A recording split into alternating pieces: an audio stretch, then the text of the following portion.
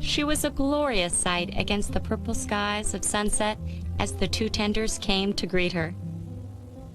Within 90 minutes, 22 passengers. Francis Brown was one of the few passengers disembarking at Queenstown. With his photographic plates in hand, he boarded the tender, bidding a fond adieu to the ship and her passengers. Unbeknownst to all, with his address listed as 12 Sherborne Terrace in Queenstown, it is assumed that he signed on to the Titanic's crew in order to obtain a free passage home, an exit that surely saved his life. Life on board the Titanic was a glorious experience for more than 2,300 passengers who sailed on her maiden voyage. In every class, the days were spent enjoying leisure activities like reading, writing, listening to the orchestra concerts, or playing cards. To put it up in the chart room. As many of the passengers left the decks for the warmth and comfort of the ship's interiors, the captain delayed the ship's scheduled turn at South 62 West to South 65 West for half an hour as a precautionary move to avoid the ice fields. When the captain did make the turn, it was In the wireless room, junior operator Harold Bride was busy writing up the day's accounts when he received a message from the California to the Antillean. Described, he immediately brought the message to the bridge, although later he could not remember which officer received it. Captain agreed that there would still be a certain amount of light reflected from the ice, and that even with the blue side of a berg pointed towards them, an outline of white could still be seen. At 9:20 p.m., Captain Smith retired for the evening, his final orders being, "If it becomes at all doubtful, let me know at once. I shall be just..." Slight haze directly in front of the Titanic. Iceberg right ahead! The time between the lookout's warnings and the collision with the iceberg was less than a minute.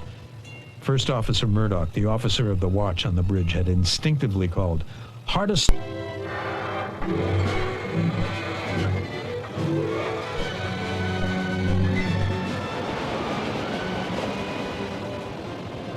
Officer Murdoch threw the switch that closed the watertight doors. The collision had occurred at a loose, and mustered the passengers and the crew on the boat deck. It took passengers away. The first boat load was number 5, and it was lowered with only 28 aboard. Anna Warren of Portland looked back at the ship and saw through the portholes that the stateroom she and her husband had stayed in on D-deck was now at water level instead of way up. Continued to load. Numerous ships hear the Titanic's distress. 1 a.m., starboard boat number 3 is lowered, with only 32 aboard, including 11 crew. 1:10 a.m., starboard number 1 is lowered, capacity 40, with only 2 aboard, carrying only 39 people. It is steered in the water by the Countess of Roth. 1:15 a.m., water reaches the Titanic's name on the bow, and she now lists to the port. Tilt of the deck grows steeper. Boats now begin to be more fully loaded. 1:20 a.m., starboard number 9 leaves with some 56 people aboard. The Titanic has now developed a noticeable list to starboard. 1:25 a.m., portside boat number 12 is lowered with 40 women and children on board. 2 seamen are put in charge of the boat, with 64 people, mostly second and third class women and children. Starboard boat number 15 is lowered 30 seconds later with 70 people aboard. Deck is awash. 1:45 a.m. The words heard from the Titanic by the Carpathia on her way to the rescue. Engine room full up to boilers. Ports. 2 a.m. Water now only 10 feet below promenade deck.